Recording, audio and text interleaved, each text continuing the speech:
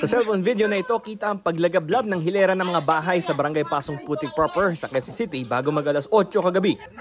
Hala, tinupok na yung taas. Mabilis daw na kumalat ang apoy sa magkakapit bahay. Nakontrol naman ng mga bombero ang sunog at napigilan ng lalo pang paglaki nito. Tumulong na rin ng mga residente sa pag-apula sa apoy. Ang ilan, tubig kanal ang ginamit. Si Mirna Vinson, wala raw na isalbang gamit. Sa paupahan po, sa pinakadulo. Kuryente. Wala nang damit, wala nang mga uniform yung mga anak ko. Pati papilis, ubos sa taas. Walang naisalba doon.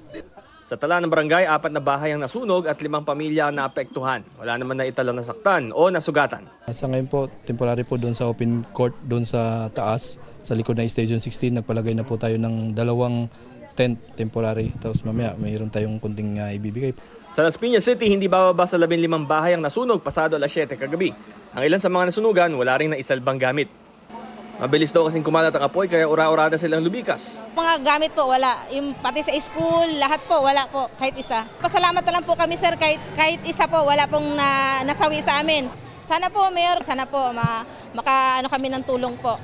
Naapula ang sunog bago mag alas 9 ng gabi. Pansamantalang dinala ang mga nasunugan sa malapit na covered basketball court. Bam Alegre, nagbabalita para sa GMA Integrated News. Kapuso, alamin ang maiinit na balita. Bisitahin at mag-subscribe sa GMA Integrated News sa YouTube. Sa mga kapuso abroad, samahan nyo kami sa GMA Pinoy TV at sa www.gmanews.tv.